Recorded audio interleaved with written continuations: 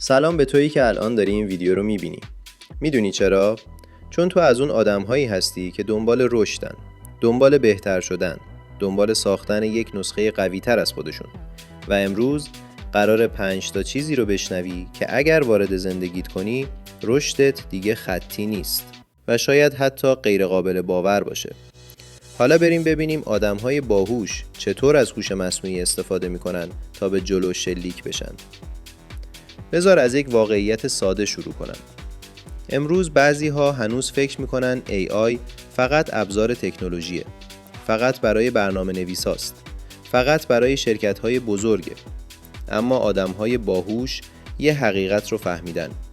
هوش مصنوعی یک شتاب دهنده فردیه. اگه بلد باشی ازش چطور استفاده کنی، انگار داری یک هوش اضافه کنار مغز خودت میذاری. 2 تا مغز، 2 تا توانایی، 2 تا سرعت. اولین کاری که آدم‌های باهوش انجام میدن اینه که یادگیریشون رو شخصی سازی میکنن. شاید تو هم مثل خیلی ها رفتی سراغ دوره‌های عمومی، کلاس‌هایی که همه باید یک مسیر رو با یک سرعت برن. اما یادگیری عمومی مثل لباس فری سایزه.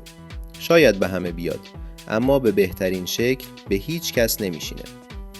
وقتی AI کنار تو باشه، یادگیری تبدیل میشه به یک مسیر اختصاصی. بهش میگی من اینها رو بلدم، اینها رو نمیدونم، این سرعت برام خوبه، این سبک یادگیری من رو اذیت میکنه. بعد هوش مصنوعی مثل یک مربی خصوصی برنامه‌ای مینویسه که فقط برای توست. کاری میکنه هر دقیقه‌ای که برای یادگیری میذاری ارزش 100 دقیقه پیدا کنه.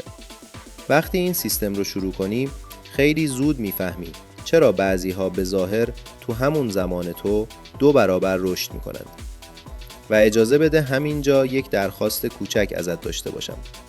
اگر میخوای نسخه بهتر خودت فعال بشه، اگر حس میکنی این مسیر میتونه یک چیز جدید در تو روشن کنه، همین الان این ویدیو رو لایک کن. این یک فشار کوچیکه، اما یک قدم مهم برای فعال کردن تمرکز ذهن توست. حالا بریم سراغ دومین کار.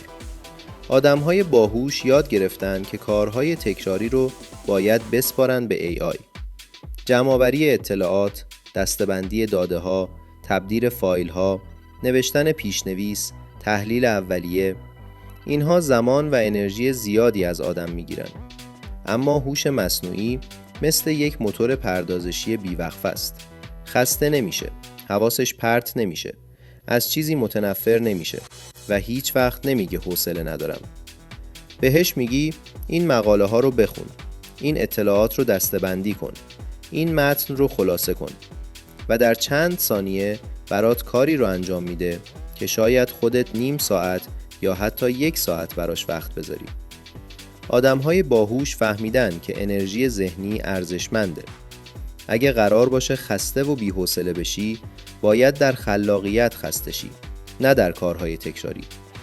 AI برای همینه. ابزاریه برای آزاد کردن ذهن از کارهای غیر ضروری. بذار یک تصویر ذهنی بدم. تصور کن همه دارن با بیل و کلنگ دنبال اطلاعات میگردن. اما تو یک بیل مکانیکی داری. در نهایت مهم نیست همه چقدر تلاش کنن. کسی که ابزار درست داره جلوتره. سومین کاری که افراد باهوش انجام میدن تصمیم گیری هوشمندانه است. دنیا پر از انتخابه. رشته، شغل، مهارت، مسیر آینده، زمان شروع، زمان توقف و آدم معمولی بر اساس احساس و حدس تصمیم میگیره. اما آدم باهوش میپرسه بازار چه روندی داره؟ چه مهارتی آینده داره؟ چه چیزی در 5 سال آینده به من قدرت میده؟ بعد این سوالها رو به AI میسپره. هوش مصنوعی روی هزاران داده، گزارش، تحلیل و روند مطالعه میکنه. دونه دونه بررسی میکنه و جواب دقیق میده. بهت میگه الان چه چیزی ارزش یادگیری داره، چه چیزی داره افول میکنه و کجا میتونی سرمایه گذاری ذهنی کنی. اینجاست که تصمیم ها میشن شمشیر، سریع، دقیق و مؤثر. چهارمین کاری که آدم‌های باهوش انجام میدن گرفتن بازخورد مداومه. رشد واقعی زمانی اتفاق میفته که بدونی در کجای مسیر هستی. وقتی یک متن می‌نویسی، وقتی یک پروژه انجام میدی، وقتی چیزی یاد میگیری، وقتی هدفی داری، بازخورد یک آینه است. اما مشکل آینه‌های معمولی اینه که فقط ظاهر رو نشون میدن. هوش مصنوعی اما آینه‌ایه که ذهن رو نشون میده.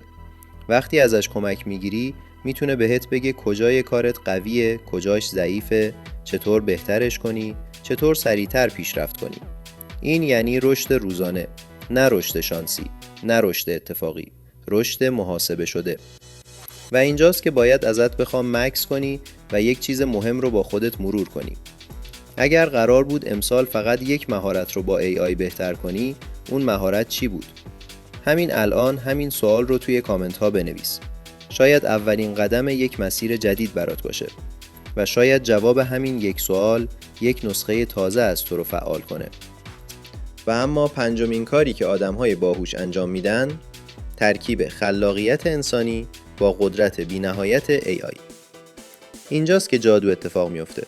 کارهای معمولی رو همه میتونن انجام بدن، اما خلق کردن، ساختن یک ایده، دیدن یک چیز که برای بقیه نامرئیه، این کار مغزه. آدم‌های باهوش از AI نمیخوان به جاشون فکر کنه، ازش میخوان کنار ذهنشون فکر کنه. میرن سراغ ترکیب ایده ها. به AI میگن این فکر رو بگیر، این اطلاعات رو تحلیل کن، این مسیر رو قوی تر کن. و خروجی معمولاً چیزی میشه که نه یک انسان تنها میتونست بسازه، نه یک هوش مصنوعی تنها. یک ترکیب قدرتمند از تخیل، تحلیل. این نقطه‌ایه که آدم‌های باهوش تبدیل به انسان‌های آینده میشن. و حالا میرسیم به آخر ویدیو. اما پایان این ویدیو شروع یک مسیر دیگه است. چون میخوام ازت یک سوال مهم بپرسم. آیا میدونی قدم بعدی تحول انسان و هوش مصنوعی چیه؟ به نظر خیلی‌ها مرحله بعد وقتی شروع میشه که مغز انسان مستقیما با هوش مصنوعی ارتباط برقرار کنه. فکر کردن تبدیل بشه به کنترل، ایده تبدیل بشه به عمل و ذهن تبدیل بشه به یک رابط واقعی. در ویدیوی بعدی میخوایم بریم سراغ یکی از هیجان انگیزترین موضوعات دنیای آینده. مغز تو آماده اتصال به AI هست؟ اگر این مسیر برایت جذابه، اگر حس میکنی در آستانه یک انقلاب ذهنی جدید هستیم، همین حالا عضو شو و زنگوله رو فعال کن. چون ویدیوی بعدی فقط یک ویدیو نیست، دعوتنامه‌ایه برای ورود به نسل بعدی انسان.